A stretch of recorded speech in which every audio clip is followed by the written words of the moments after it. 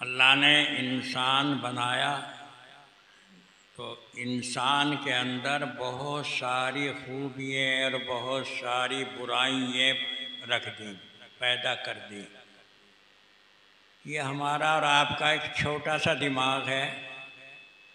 इस दिमाग को अगर चीर करके फाड़ करके देखो तो इसमें कुछ छींचड़े, कुछ हड्डियों के अलावा कुछ नहीं मिलेगा। लेकिन यही वो दिमाग है जिसके अंदर तमाम की तमाम चीज़ें अल्लाह ने महफूज कर दी हैं। हमारे बदन के अंदर अल्लाह ने दिल रखा। अगर दिल को बाहर निकाल लो तो एक ज़रा सा गोश्त का वो टुकड़ा है, लेकिन यही दिल है जिसके अंदर बहुत सारे कमाल अल्लाह ने भर करके रख दिए हैं। बज़ाहिर तो हमें कुछ नज़र नहीं आता, लेकिन ख़ुद हमारा जीना, हमारा दुनिया में रहना, ये ख़ुद हमें बतला रहा है कि ये चीज़ें अल्लाह ने हमारे दिमाग में और दिल में रख दी हैं। अब बात चीज़ें तो वो हैं कि उनको जो हमारे दिमाग में या दिल में रखा गया, तो उन्हें अगर अच्छी जगह इस्तेमाल कर लो तो आप अच्छे आदमी बन गए, जन्नत के मुस्तहिक बन गए। और अगर उन्हें सही जगह इस्तेमाल न करो, यानी जहां अल्लाह ने उन्हें इस्तेमाल करने का हुक्म दिया है, इजाज़त दी है, वहां न करो तो फिर तुम दुनियादार बन गए। अब दुनियादार जो हो गया, यानी जिसके दिल में दुनिया की मोहब्बत बैठ गई, दिमाग के अंदर सिर्फ दुनिया रह गई, आखिरत न रही, तो ये शख्स तो अल्लाह के यहाँ मरदूद हो गया, बेकार गई इसकी ज़िंदगी।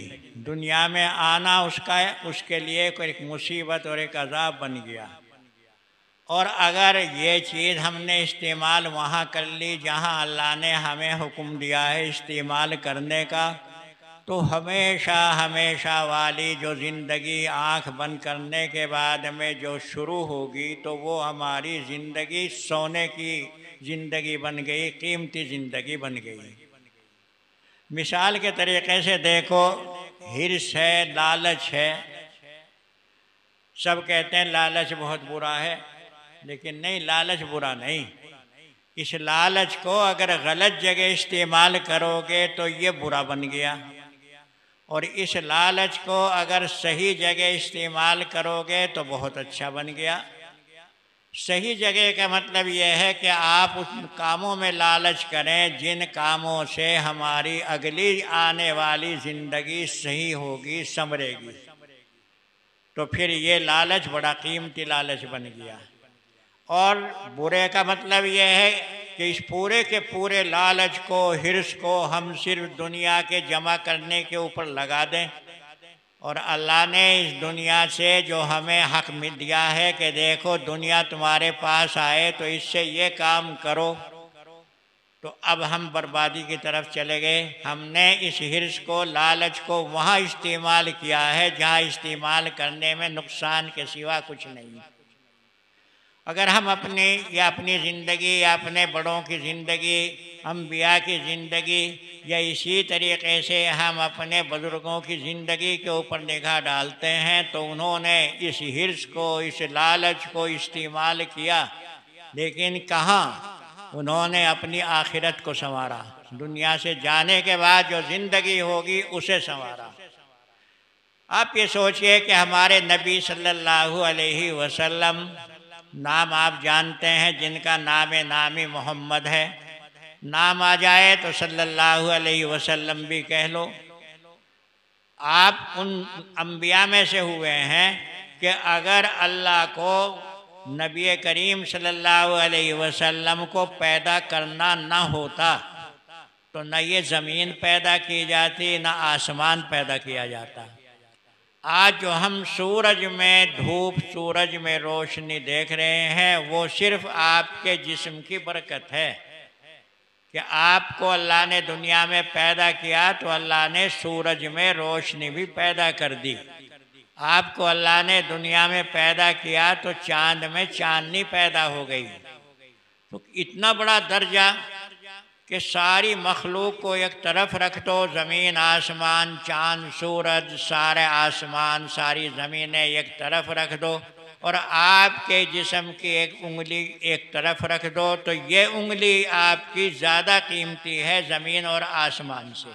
बस इसी से समझ लीजिए कि कितना बड़ा दर्जा अल्लाह ने आपको दिया है।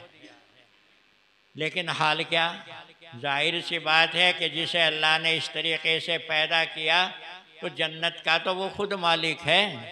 इसीलिए फरमाया है अल्लाह के नबी ने कि सारी दुनिया से पहले जन्नत का दरवाज़ा मेरे लिए खोला जाएगा, यानी हुजूर के लिए खोला जाएगा। जिस वक्त के सारी दुनिया के हिसाब व किताब निमट जाएंगे तो उस वक्त तक जन्नत के दरवाजे पर ताला पड़ रहेगा। जो फरिश्ता जिसके हाथों में ताली है वो किसी के लिए नहीं खोलने का। सबसे पहले अल्लाह के नबी करीम सल्लल्लाहु अलैहि वसल्लम तशरीफ़ ले जाएंगे और वो मालूम करेगा कि आने वाला कौन है। बताया जाएगा ये आने वाले मोहम्मद हैं। तो अब आपके लिए ताला खुलेगा। तो जिसको अल्लाह ने इतना बड़ा दर्जा दिया है कि जन्नत का वो मालिक, जिसकी सिफारिश कर दी, सिफारिश से वो जन्नत का मालिक हो गया, जन्नत में चला गया। सिफारिश से जो महरूम रह गया तो नहीं कह सकते कि उसे वो जन्नत में जाना नसीब भी होगा या नहीं। इतना बड़ा दर्जा जन्नत का मालिक, और फिर आपका क्या हाल है। एक वाक़या नकल किया जाता है कि मक्के में जब आप मौजूद थे तो मक्के में एक दफ़े आप बाहर सड़क के ऊपर, रास्ते के ऊपर तशरीफ़ लाए तो देखा एक बुढ़िया अपना कुछ सामान अपने कपड़ों में बांधे हुए, गठड़ी बांधे हुए सड़क के ऊपर बैठी। आपने मालूम किया बड़ी भी क्या इरादा, उसने नहीं पहचाना ये आने वाला कौन है। बुढ़िया ने बतलाया, बेटा मैं फला जगह जाऊंगी, ये मेरा बोझ है, इसे कोई ले जाने वाला अभी नहीं मिला। तो आपने उसकी वो गठड़ी अपने सर के ऊपर रख ली। सोचो कितनी बड़ी ज़ात, जो जन्नत की मालिक, आसमान ज़मीन की मालिक, सारी मखलूक उसके हुक्म के ताबे, और खिदमत का ये हाल कि बुढ़िया की गठड़ी सर के ऊपर रख ली। लेकिन ये बुढ़िया जो थी ये हुजूर की दुश्मन थी, ये ईमान ही नहीं लाई थी। रास्ते में जाते हुए ये कहने लगी, बेटा मैं तो इस शहर को छोड़ करके जा रही हूँ। क्यों अम्मा, क्यों छोड़ के जा रही हो।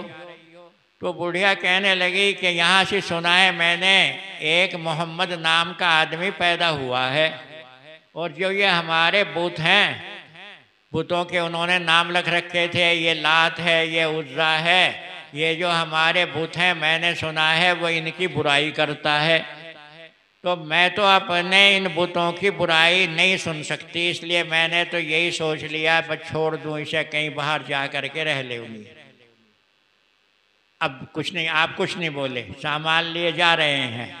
जब वो जगह आई जहाँ बुढ़िया को जाना था और आपने उसका सामान रखा, तो बड़ी भी मालूम करने लगे, बेटा अपना नाम तो बतलाओ, तुम हो कौन, तुमने जो मेरा इतना बड़ा काम किया, इतनी बड़ी खिदमत तुमने की। तो आपने कहा, अम्मा मुझे ही मोहम्मद कह देते हैं। अब सोचिए, तो बुढ़िया की आंखों से आंसू जारी हो गए और कहने लगी, अगर तेरा ही नाम मोहम्मद है तो फिर तेरे से अच्छा कोई और आदमी नहीं हो सकता। मुझे तो किसी ने धोखे में डाला, मुझे तो ये बतलाया गया कि मोहम्मद बहुत गलत आदमी है। तो कहने का मकसद ये है कि अल्लाह के वो रसूल जिनके लिए ज़मीन और आसमान, जिनके नाम की बरकत से पैदा हुई हों, और उसका ये हाल कि इस तरीक़े से वो मखलूक की खिदमत कर रहे हैं, इस तरीक़े से वो उनका बोझ सर के ऊपर उठा रहे हैं। बतलाइए उन्हें किस चीज़ की कमी थी। लेकिन ये सबक उम्मत को भी देना था कि देखो तुम्हें भी दूसरों के काम आना चाहिए, ये भी एक नेकी है। फरमाया है, हदीस में आया है कि जो बंदा दूसरों के काम आता है तो अल्लाह गैब से उसके भी कामों को पूरा करा देते हैं। तो ये फजीलतें आती हैं उन लोगों की। नबी करीम सल्लल्लाहु अलैहि वसल्लम के बाद दर्जा किसका है? आपने खुद फरमाया कि अगर मेरे बाद में नबी होता तो फिर अबू बकर नबी होते।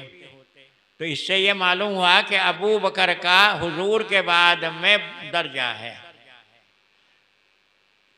और जितनी खिदमत हज़रत अबू बकर ने की है आपकी, यानी आप ये समझ लीजिए कि अबू बकर बड़े लोगों में सबसे पहले आपके ऊपर ईमान लाए, और ईमान लाने के बाद में सब कुछ आपके ऊपर कुर्बान कर दिया।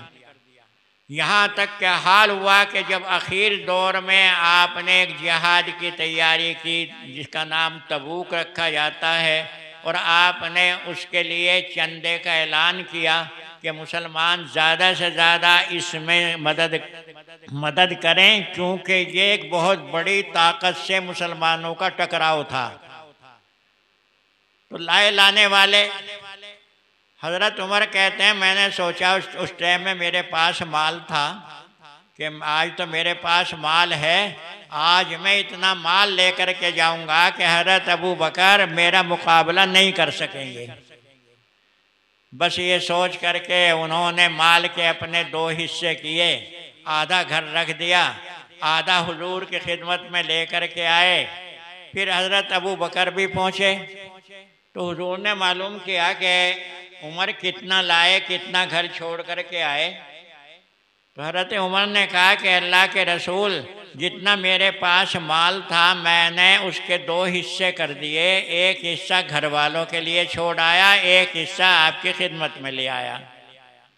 फिर आपने हज़रत अबू बकर से मालूम किया कि अबू बकर कितना लाए। तो हज़रत अबू बकर ने कहा कि अल्लाह के रसूल, बस घर में तो अल्लाह और उसके रसूल का नाम ही छोड़ करके आया हूँ, घर में कुछ नहीं। जितना भी घर में था सब ला करके खिदमत में पेश कर दिया। तो अब सोचिए कितना बड़ा दर्जा है। और फिर जिस वक्त के हुजूर बीमार हो गए और मस्जिद में नमाज के लिए आप तशरीफ़ नहीं ले जा सके, तो आपने ज़रा होश से आया तो कहा अबू बकर से कहो कि वो नमाज पढ़ाएं। उसके बाद में फिर ज़रा कुछ बेहोशी सी तारी हुई। कुछ देर के बाद फिर मालूम किया अबू बकर से कहो नमाज पढ़ाएं। हज़रत आयशा अबू बकर की बेटी हैं, हुजूर के निकाह में आई और सारी उम्मत की माँ हैं। इसीलिए नबी की जो बीवी हो जाती है, जो नबी के निकाह में आ जाती है, वो पूरी उम्मत की माँ बन जाती है। इसीलिए नबी की बीवी से नबी के दुनिया से जाने के बाद भी निकाह करना जायज़ नहीं, उसका दर्जा माँ का ही होता है। तो हज़रत आयशा ने कहा अल्लाह के रसूल, अबू बकर तो बहुत नरम दिल हैं, वो आपकी जगह मुसल्ले पर नहीं खड़े हो सकेंगे, उनकी जगह उमर से कह दो। तो आपको ये बात नागवार गुजरी और फिर कहा कि अबू बकर से कहो वो नमाज पढ़ाएं। तो कितना बड़ा दर्जा। जब अल्लाह के रसूल दुनिया से रुखसत हो गए तो बड़ा अहम मसला था कि अब उम्मत का बोझ कौन संभालेगा। लोग इसे वैसे ही खेल समझते हैं, लेकिन ये तो समझो कि जिसके ऊपर ये परवाने जमा हो गए, ये जान देने वाले परवाने इकट्ठे हो गए, आज वो दुनिया से रुखसत हो गया है, तो उनके गम का क्या हाल होगा। हज़रत अबू बकर ही उन लोगों में से हैं जिन्होंने उस वक्त में इस उम्मत को संभाला और साफ तौर से यह कह दिया कि अल्लाह के नबी दुनिया से जा चुके हैं और हर आदमी को, हर नफ्स को, हर जानदार को अल्लाह के यहाँ जाना है, हमेशा दुनिया में नहीं रहना। तो कितना बड़ा दर्जा हज़रत अबू बकर का है। इसलिए सबसे पहले खलीफा जो हमारे और आपके बने वो अबू बकर हैं।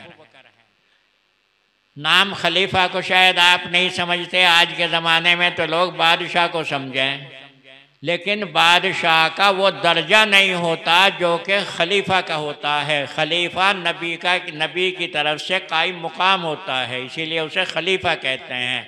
यानी उसकी ये जिम्मेदारी आ जाती है कि नबी जिस दीन को लेकर के आए, अब उस दीन को संभालना तुम्हारा काम है। तो सबसे पहली जिम्मेदारी हजरत अबू बकर की गर्दन के ऊपर आई। हजरत उमर कहते हैं कि मैं मदीने के अंदर था और अबू बकर खलीफा हो गए थे। मुझे पता चला कि मदीने में एक बेचारी बेवा औरत है, उस बेचारी के कोई पानी उनी लाने वाला भी नहीं, कोई ऐसा भी नहीं जो कोई उस बेचारी बुढ़िया की खिदमत कर दे, बेवा है, कोई सहारा नहीं। तो मैंने सोचा कि मैं सवेरा उठ कर के उसके घड़ों में पानी भर दिया करूँगा। यह हज़रत उमर सोच रहे हैं जिनके बारे में हुजूर ने ये इरशाद फरमाया था कि उमर जिस गली से गुजर जाते हैं शैतान उस गली से घुसता हुआ भी कांपता है। इतना बड़ा दर्जा हज़रत उमर का। लेकिन सोच क्या रहे हैं कि उस बेवा के घड़ों में पानी भर दिया करूँगा। सवेरा उठे, सवेरा उठ कर के देखा तो उसके घड़े तो भरे हुए हैं। सोचा चलो आज कोई भर गया होगा, कल और इससे भी ज़्यादा सवेरा आऊँगा। अगले रोज़ जो गए तो देखा यही अबू बकर जो उस वक्त में मुसलमानों के खलीफा बन चुके थे, यानी पूरी उम्मत की जिम्मेदारी अबू बकर की गर्दन के ऊपर आ चुकी थी, वो खुद इस बुढ़िया के घड़ों में पानी भर रहे हैं। हज़रत उमर कहने लगे अबू बकर कुछ हम जैसे लोगों के लिए भी कुछ काम करने का मौका छोड़ दो। क्या यहाँ पानी भी भरने के लिए आप ही आ गए? इन दो चीज़ों से आप ये समझिए कि दुनिया के वो सबसे आला इंसान, सबसे आला इंसानों में नंबर नबी करीम सल्लल्लाहु अलैहि वसल्लम का, और फिर आपके बाद में नंबर आ जाता है अबू बकर का। लेकिन इन हजरात का क्या हाल है, वो नेकी कमाने में इसी के ऊपर सब्र नहीं किया कि मैं तो हुजूर का साथी हो गया हूँ, मैं तो बड़े दर्जे का हो गया हूँ, मैं तो खलीफा हो गया हूँ, मैं तो आज उम्मत का सबसे बड़ा आदमी हूँ। अब भी ये सोच रहे हैं कि ज़्यादा से ज़्यादा नेकी मैं कमा लूँ। अब ये है वो हिर्स। इस हिर्स का मुकाबला दुनिया की कोई चीज़ नहीं कर सकती। इंसान जो है अपनी आखिरत को संवारने के लिए, अपनी जन्नत को संवारने के लिए ज़्यादा से ज़्यादा नेकी कमाने की कोशिश करे, ज़्यादा से ज़्यादा अच्छाइयाँ करने की कोशिश करे। इसके लिए हुक्म दिया गया, इसलिए अल्लाह ने दिमाग के अंदर हिर्स पैदा की। और एक वो लोग हैं जो इस हिर्स को कहाँ इस्तेमाल कर रहे, यहाँ से भी दौलत इकट्ठी कर लूँ, यहाँ से भी दौलत इकट्ठी कर लूँ, ना हलाल को सोच रहे, ना हराम को सोच रहे, ना उन्हें इसकी परवाह कि हम ज़कात दे दें, ना इसकी परवाह कि हमारे ऊपर हज फ़र्ज़ हो चुका। ये भी लोग हैं जो कि हिर्स में मुब्तला हो गए। लेकिन ये जानते हो कौन हैं? जिनके बारे में अल्लाह के नबी ने फरमा दिया कि ये दोज़ख के ईंधन हैं। तो ये लोग हिर्स को गलत जगह इस्तेमाल कर रहे हैं तो दोज़ख में अपना ठिकाना बना रहे हैं, और वो लोग जो हिर्स को सही जगह इस्तेमाल कर रहे हैं तो वो अपना ठिकाना जन्नत को बना रहे हैं। है एक ही चीज़, उसे सही जगह इस्तेमाल कर लो तो तुम बुजुर्ग बन गए, और अगर गलत जगह इस्तेमाल करोगे तो फिर शैतान बन गए। इसलिए हमारे जितने भी बुजुर्गान दीन होते हैं, जो उलमा जिन्हें हम कहते हैं या बुजुर्ग कहते हैं, उनकी पहचान यही है कि वो अपने हर काम में जन्नत को तलाश करते हैं। दारुल उलूम देवबंद, इनके एक मुफ्ती साहब गुजरे हैं, बहुत बड़े मुफ्ती थे, बहुत बड़े आलिम थे, मुफ्ती अजीज़ुर रहमान साहब। उन्होंने अपनी ज़िंदगी में जितने फतवे लिखे हैं, आज उनके फतवे जो दारूल ने शाये कर रखे हैं तकरीबन 18 जिल्दों में हैं। अब सोचो कितने बड़े आलिम थे। तो मुफ्ती अजीज़ुर रहमान साहब देवबंदी के रहने वाले थे। जिस महल्ले में रहते थे, शाम का वक्त होता, असर का वक्त होता, कुछ अपने घरेलू सौदे लेने के लिए बाज़ार में जाते, तो आदत आपकी ये थी कि उस गली में कुछ बेचारी गरीब औरतें भी रहती थीं। ऐसी भी औरतें रहती थीं जिनका कोई सौदा लाने वाला नहीं था, खुद कमज़ोर हो गई, औलाद कोई है नहीं। तो मुफ्ती अजीज़ुर रहमान साहब उनके दरवाजे पे जाते और दरवाज़ा खटखटाते। और पहले अपना नाम बतलाते कि अजीज़ुर रहमान है भी। अगर तुम्हें कोई सामान बाज़ार से मंगवाना हो तो मैं बाज़ार जा रहा हूँ, तुम्हारा भी सामान लेता आऊँगा। कहने वालों ने कहा मुफ्ती साहब ये भी कोई काम? कहने रहे अल्लाह के बंदे, मेरे पे क्या बोझ पड़ा, मैं अपना तो सामान लाऊंगा ही, इस बेचारे का भी सामान लेता आऊँगा। अगर इसकी खिदमत करने से मुझे कुछ मिल गया, अल्लाह ने मुझे दर्जा दे दिया, तो फिर इससे अच्छा सौदा मेरे लिए और क्या होगा। तो ये वो लोग होते हैं जो हर जगह ये सोचते हैं कि यहाँ कुछ कमा लो। नबी करीम सल्लल्लाहु अलैहि वसल्लम के चेहरे के ऊपर जो आदमी निगाह डाल ले ईमान लाने के बाद, उसे हम सहाबी कहते हैं। लोग जानते नहीं सहाबी कौन होते हैं। ईमान लाने के बाद में अगर कोई नबी की सूरत देख लेता है तो उसका दर्जा सहाबी का हो गया। और कितना बड़ा दर्जा हो गया, मैं सूरत देखने से ही। अगर अल्लाह किसी को क़यामत तक की ज़िंदगी दे और क़यामत तक अपनी ज़िंदगी में वो सिवाय नेकियां करने के कोई भी गलत काम ना करे, तब भी ये उस दर्जे के ऊपर नहीं जा सकता जो दर्जा ईमान की हालत में नबी की सूरत देखने वाले को अल्लाह देंगे। तो इतना बड़ा दर्जा हो जाता है। उसी ज़माने में एक शख्स गुजरे हैं, अपने ज़माने के बुजुर्ग हैं, हुजूर ने उनकी तारीफ़ की है। उन्हें कहते हैं उवैस करनी। ये करन जो है ये एक गांव का एक बस्ती का नाम है जहाँ के ये रहने वाले थे, और उवैस इनका नाम था। ये यमन के इलाके में ये गांव पड़ता है। इन्हें पता चला आखिरी नबी दुनिया में आ चुके हैं, उनका नाम मोहम्मद है। तो वहीं अपने गांव में ही रहते हुए ये हुजूर के ऊपर ईमान ले आए, तो मुसलमान हो गए। लेकिन ज़ियारत के लिए आना था मदीने, क्योंकि हुजूर तो इसके गांव में नहीं जा रहे थे। मदीने आने के लिए इन्हें वक्त नहीं मिला। क्यों नहीं मिला? इसलिए कि इनकी वालदा बीमार थी। ये अपनी वालदा की खिदमत में लगे हुए थे। अगर वालदा को छोड़ करके हुजूर की खिदमत में जाते तो वालदा की कोई खिदमत करने वाला नहीं था, इसलिए ये सहाबी का दर्जा नहीं ले सके। लेकिन दर्जा कितना बड़ा मिला।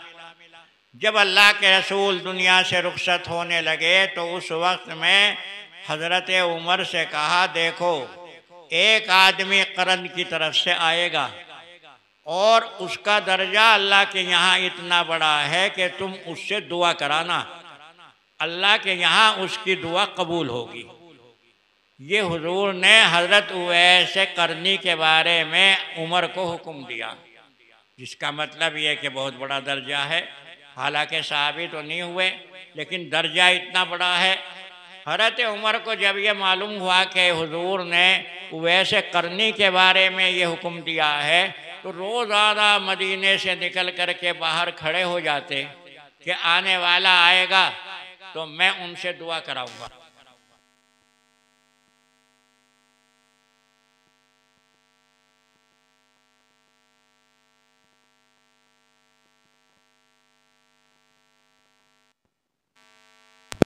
चलो ऐसे ही सुनते रहो।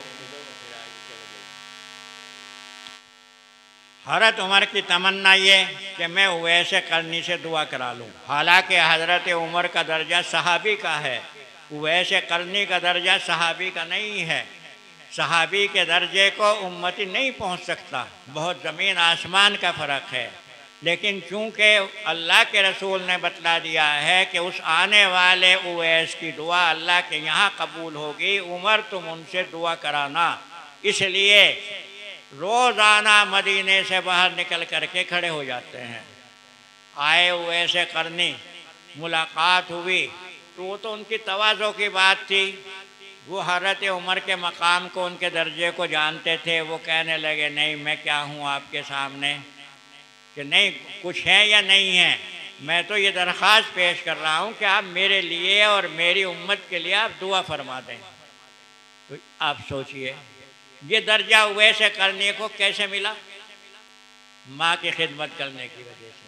हालांकि हालांकि नबी की खिदमत में आ जाना ये बहुत बड़ा दर्जा है, लेकिन वालदा की खिदमत के ऊपर ख़ुद अल्लाह के रसूल ने इजाज़त दे दी कि अब तुम वालदा की खिदमत करते रहो।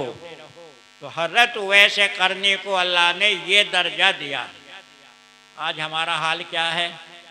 किसी और की तो हम क्या खिदमत करेंगे, किसी और के तो हम क्या काम आएंगे, किसी माजूर की लाठी पकड़ने वाले हम नहीं हैं। लेकिन खुद हमें ये तौफीक नहीं कि अपने माँ बाप अगर कमज़ोरी की उम्र को पहुँच गए हैं हम उनकी भी खिदमत कर दें। कुरान पाक साफ तौर से यह ऐलान करता है कि देखो, तुम्हारे माँ बाप अगर बुढ़ापे की उम्र को पहुँच गए तो उनके सामने गुस्से से बात भी मत करो, उफ मत कहो। देखा बात नादान लड़कों को कि जहाँ बाप ने 2-4 दफ़े कुछ काम के लिए कह दिया और वो अकड़ के बोल लेंगे। ये अकड़ के बोलना जो है इसका खुद अल्लाह मना कर रहा है। तो हमारा तो हाल ये कि भाई हम औरों का तो क्या काम करें, हम तो माँ बाप की भी खिदमत नहीं कर सकते हैं।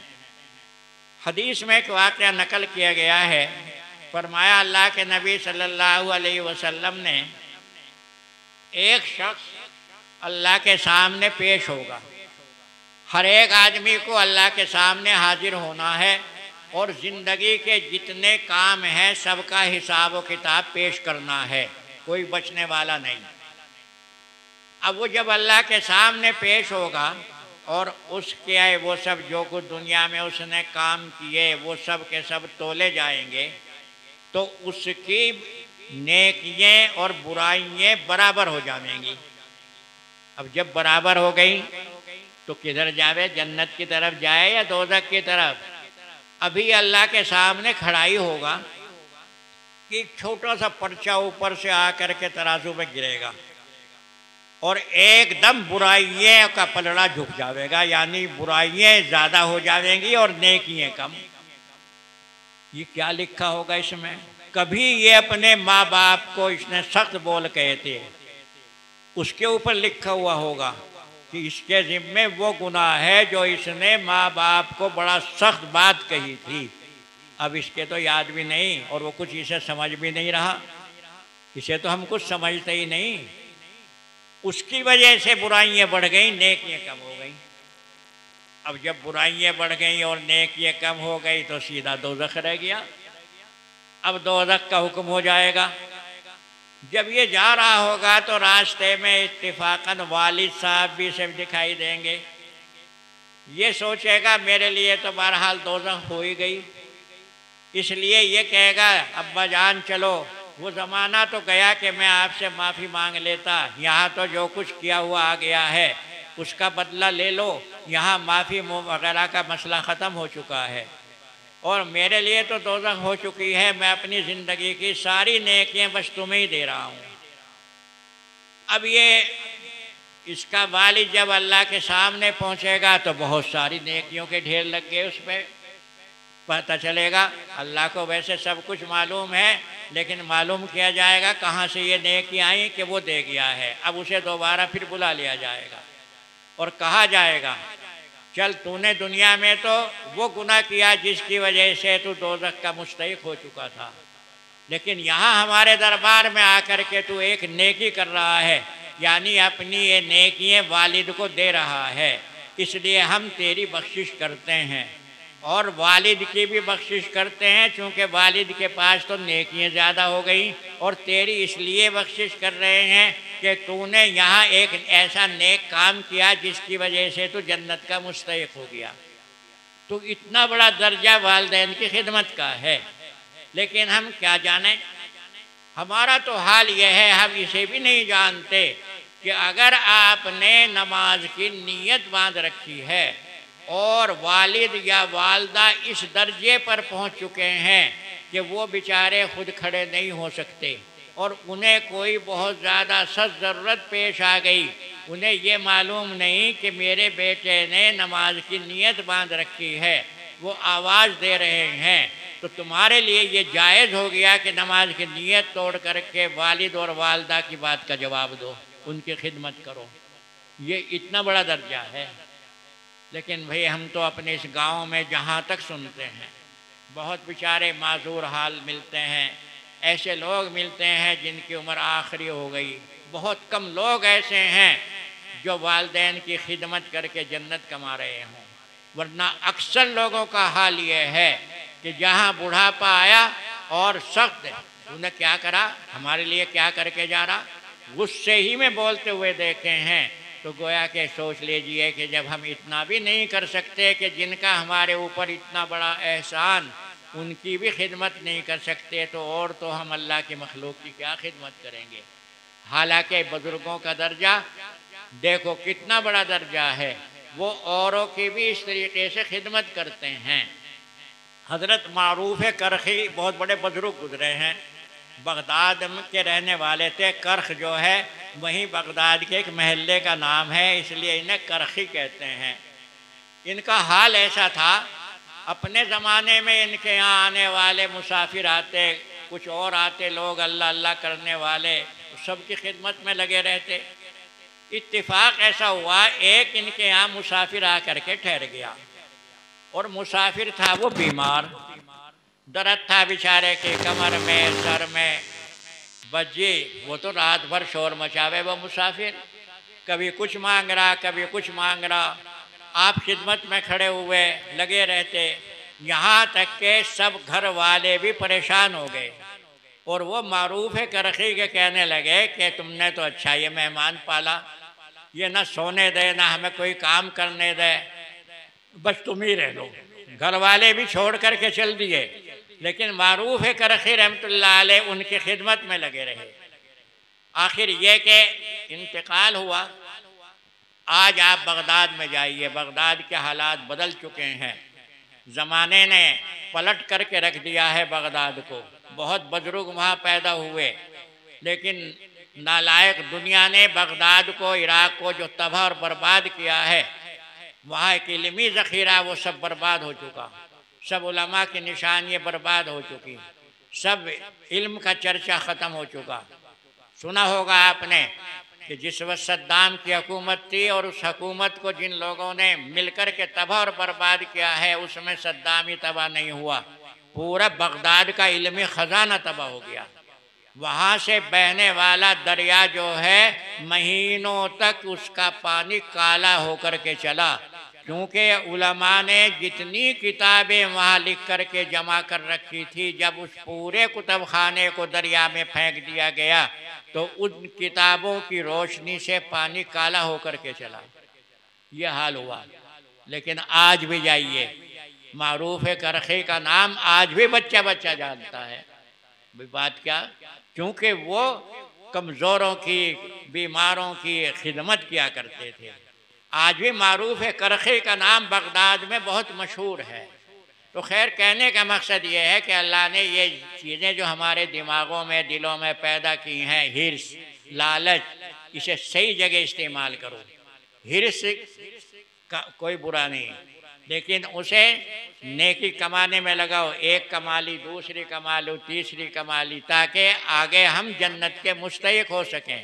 और सब नेकी हैं, जहाँ भी अच्छा काम देखो, कोई कमज़ोर नज़र आया, बेचारा नाबीना नज़र आया चला जा रहा है, ख़तरा है कहीं गड्ढे में गिर ना पड़े, उसकी लाठी पकड़ करके उसे बचा दो। कोई बूढ़ा आदमी है, बेचारा लोटा नहीं अपना भर सकता, आप उसका काम कर दो। ये सब वो काम है जो कि तुम्हें और हमें जन्नत में ले जाने वाले हैं। लेकिन लोग इन तमाम कामों को भूल चुके हैं। ऐसे ही पड़ोस के अंदर अगर कोई ऐसा कमज़ोर है, जहाँ तक हो उसका साथ दे लो।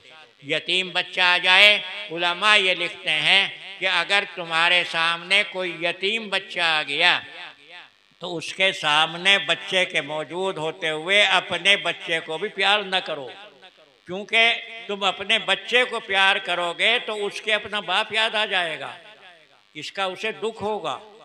इसलिए ऐसे वक्त में अपने बच्चे को प्यार मत करो जबकि कोई यतीम बच्चा आपके सामने खड़ा हो। यतीम वो होता है जिसका बचपन में वालिद दुनिया से रुखसत हो गया हो, उसे कहते हैं यतीम। और बड़ी फजीलतें आई हैं। हदीस में ये आया है, अगर कोई यतीम के सर के ऊपर को हाथ फेरे तो जितने बाल यतीम के सर के ऊपर हैं अल्लाह इतनी नेकियां उसे देते हैं।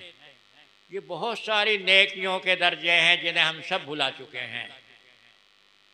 तो ज़रा सोचो कि अल्लाह ने ये ताकतें हमारे अंदर क्यों जमा की हैं। ये तो आज जो कुछ मैंने बतलाई बातें, ये तो हिर्स के बारे में है, गुस्सा है उसके बातें इंशाअल्लाह ज़िंदा सलामत रहे तो आगे देखेंगे।